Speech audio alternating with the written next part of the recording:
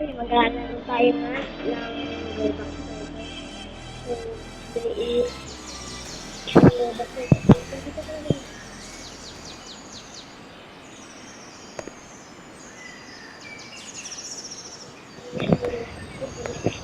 So, parang dati naglalaro ng Sisira ko na pero makalabot ko sa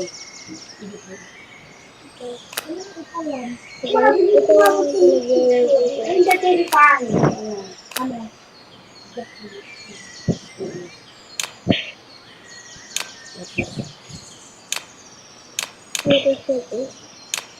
Ang ganda. Okay, ngayon,